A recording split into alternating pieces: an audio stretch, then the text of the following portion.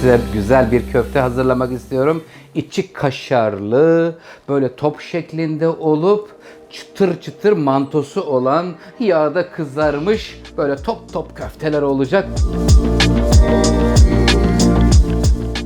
Burada 500 gram orta yağlı, 2 sefer çekilmiş dana kıyma, 2 diş sarımsak, şöyle bir parça ekmeğe ihtiyacımız var. Burası bayat ekmek kurutulmuş. Bakın vurayım şöyle size. Görüyor musunuz? Kuru ekmek, 2 tane soğan, sevgili seyircilerim. Şurada 100-150 gram arasında kaşar peyniri var. İçinde 1 çorba kaşığı hardal, tuz, karabiber, içinde hepsi olacak sevgili seyircilerim. Sonra da bir de mantolama bölümü olacak. Mantolamada un, yumurta ve galeta unu ile birlikte mantolayacağız. Sonra da yağda kızartıp domates sosla birlikte servis edeceğiz köftemizi.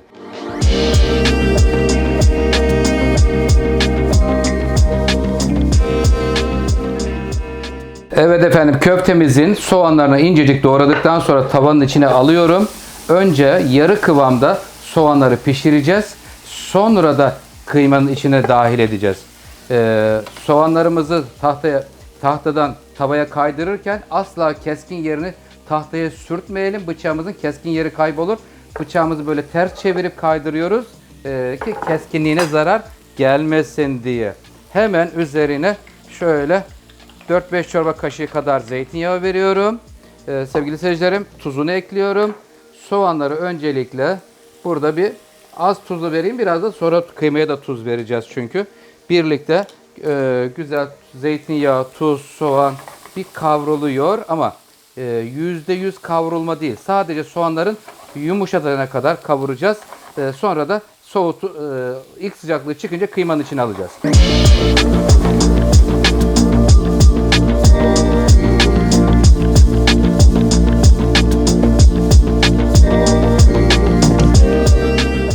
Evet, şimdi sevgili seyircilerim, kıymayı aldık karıştırma kabının içine. Hemen karabiberini kırıyorum. Üzerine orta yağlı dana kıyma. Seviyorsanız biraz da içine kuzu eti çektirebilirsiniz. 2 diş sarımsak ezdim. Buraya birazcık hardal. Şöyle 1 kaşık kadar çorba kaşığı ile. Sevmiyorsanız koymayabilirsiniz. İlla zorunluluğu yok bunda, bu hardalda. Evet, üzerine şimdi hemen bayat ekmeğimi rendeliyorum.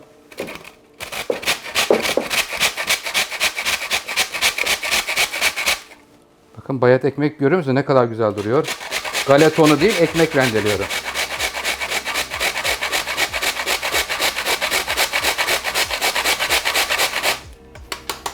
Bir parça ekmeği de rendeledim. Şimdi hemen tuzunu, biraz tuz, soğanı sotelerken koymuştuk. Biraz da şimdi kıyma için koydum. Pul biberini ekliyorum.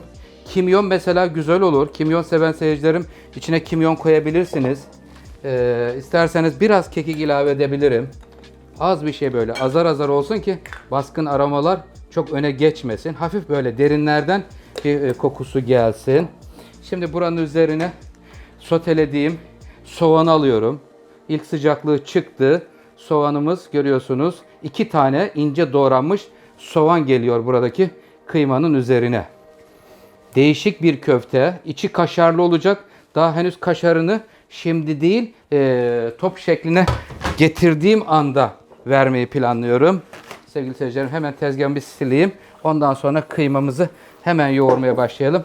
Şurada dökülen ekmek kırıntıları, onları alayım. Hem de böylelikle bayat ekmekleri de değerlendirmiş oluyoruz. Bismillahirrahmanirrahim. Oktay Usta'dan özel bir köfte tarifi geliyor sizler için. Güzelce iyice yoğuracağız. Sonra bir 10-15 dakika bekleteceğim sevgili seyirciler. Sonra da kaşar peyniriyle buluşuyor. Mantolama bölümüne geçeceğiz birazdan.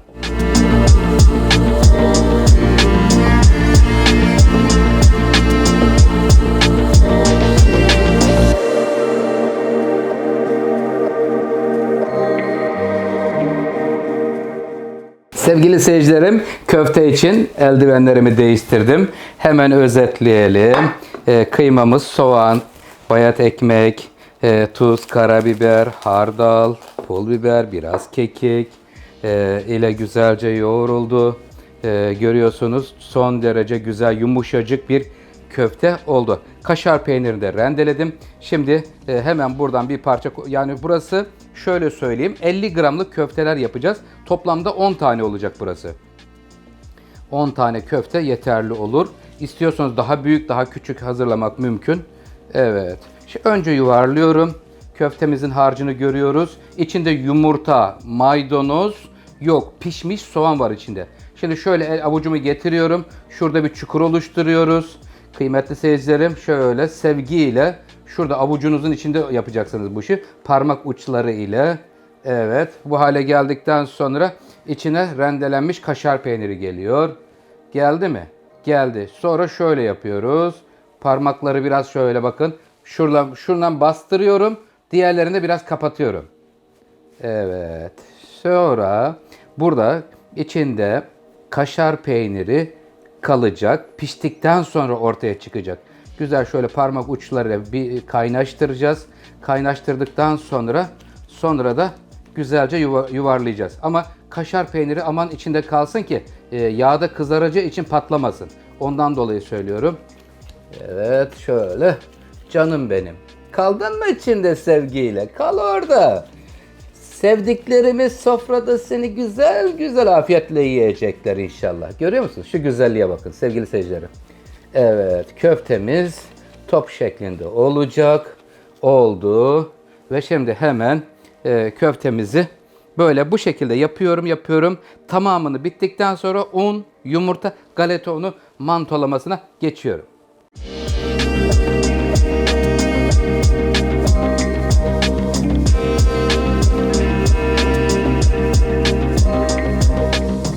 Köftemiz için un, yumurta, galeta unu üçlüsü. Hemen bir yumurtayı kırdım, çırpıyorum. Yetmezse ikinciyi kıracağım.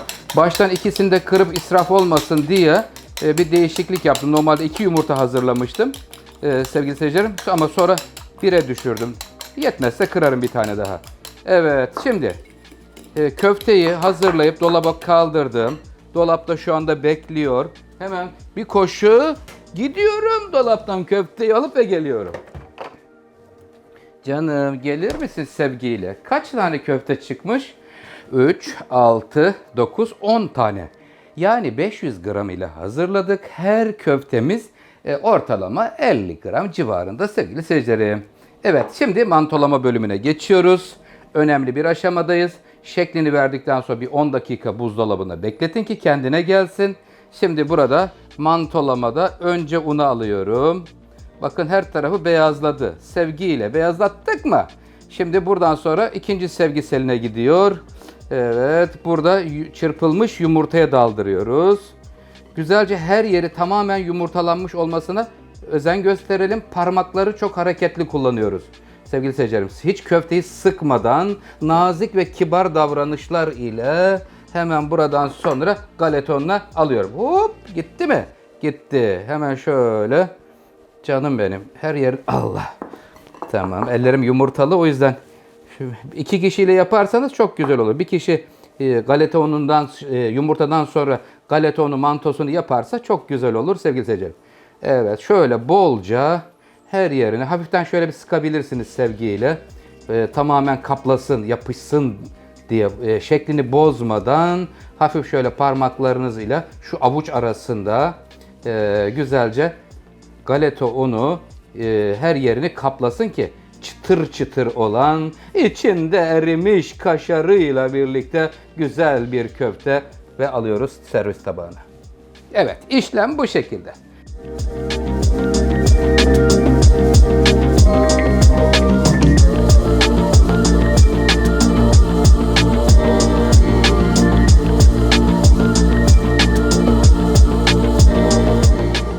Değerli seyircilerim, köftelerimiz hazır. Ölçümüzden 10 adet köfte çıktı. Kişi başı bir tane olursa 10 kişilik olmuş oluyor. Azdır oktuysa derseniz o zaman 5 kişilik oluyor. 2'şer tane verdiğimiz zaman. Bismillahirrahmanirrahim. Şimdi yağımız ısındı. Çok aşırı sıcak olmamalı. Normal sıcaklıkta olması yeterlidir. Evet. Çünkü iki tarafı da kızaracak. Bu defa çok yüksek olursa içleri pişmeden dışları kızarmış olur sevgili seyirciler. Hem dışı kızarmış çıtır çıtır olacak hem de aynı zamanda içi de pişmiş olması gerekiyor. Bakayım yarı yarıya 5 tane. Evet 5 tanesi yeterli. Diğer 5 tanesini de ikinci turda kızartır mıyım? Bakayım 5 burada var. Bir tane de 6 tane atsam yeterli. Evet. Önce atıyoruz yağın içine, hiç dokunmuyoruz, bekliyoruz. O bıraktığımız taraf şöyle kendini bir çekmeye başlasın. Ondan sonra ters çevirme yapacağız. Bu sırada bir kase domates sosum var. Domates sosunu hemen bir tavaya alıyorum. Burada baharatlarla lezzetlendireceğim. Bir tane haşlanmış patatesim vardı. Onu dilim dilim kestim. Domates sos, patateslerin üzerine köfteleri oturtmayı planlıyorum çünkü. Görselliği de önemli.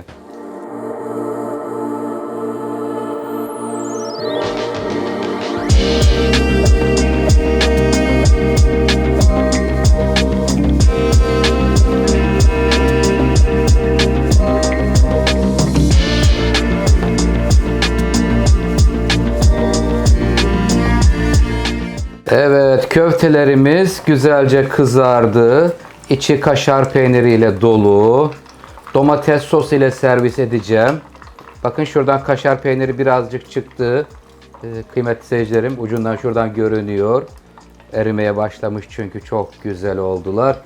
Evet, evet, top top köfteler gayet güzel. Şimdi hemen domates sosumuzdan alalım servis tabağına. Haşlanmış patates dilimi, sevgili seyircilerim, şurada şöyle aralara kekik, pul biber, tuzunu, karabiberini verdim. Alıyorum bakın. Haşlanmış patates dilimleriyle birlikte servis etmeyi düşünüyorum. Güzel oldu böyle. Hem de renklilik olur. Evet, şimdi hemen şöyle sevgili seyircilerim patateslerin üzerine alıyorum. Güzel. Bak şuradan bir tanesinin çıkmış kaşar peyniri. O da şöyle dursun. Bunu da alalım. Sonra bunların üzerine birazcık maydanoz koyuyorum. İnce doğranmış. Sevgili seyircilerim. Evet, şu anda burası tamamlandı. Geriye kalanları da kızartmaya devam edeceğim. İnce doğranmış maydanoz, köfteler. Bir tanesini de şimdi kesip burada sizlerle iç dokusunu da paylaşmak istiyorum. Ailenizin aşçısı Oktay Usta, kıymetli seyircilerim, sizler için farklı tarifler, lezzetler hazırlamaya elimden geldiğince gayret gösteriyorum. İnşallah faydalı oluyorumdur. Şimdi hemen şurada bir tane keseyim. Bakalım kaşar peynir. Önce bak şöyle bir vuralım. Duyulabiliyor mu? Şöyle bakayım arkadaşıma. Bak kıtır kıtır. Şimdi kesiyorum. Bismillah. Geliyor sevgili seyircilerim. Kaşar peynirine bakın. İçinde bir güzel erimiş mi? Erimiş. Çok da güzel olmuş. Dumanları tütüyor. İsterseniz çatalla deneyebilirim. Eriyip erimediğini de görelim. Kaşar peynirinin. Şöyle daldırıyorum. Kaşar peynirini görüyoruz sevgili seyircilerim. Görüyor musunuz? Bakın erimiş kaşarı. Köftesi gayet güzel pişmiş. Lokum gibi çıkmış adeta. Evet. Bir tarifimizin daha sonuna gelmiş bulunuyoruz kıymetli seyircilerim. Bana destek olup yardımcı olan bütün dostlarımıza kucak dolusu selamlar, sevgiler. Kendinize iyi bakın. Sofralarınıza bolluk bereket olsun. Allah'a emanet olun.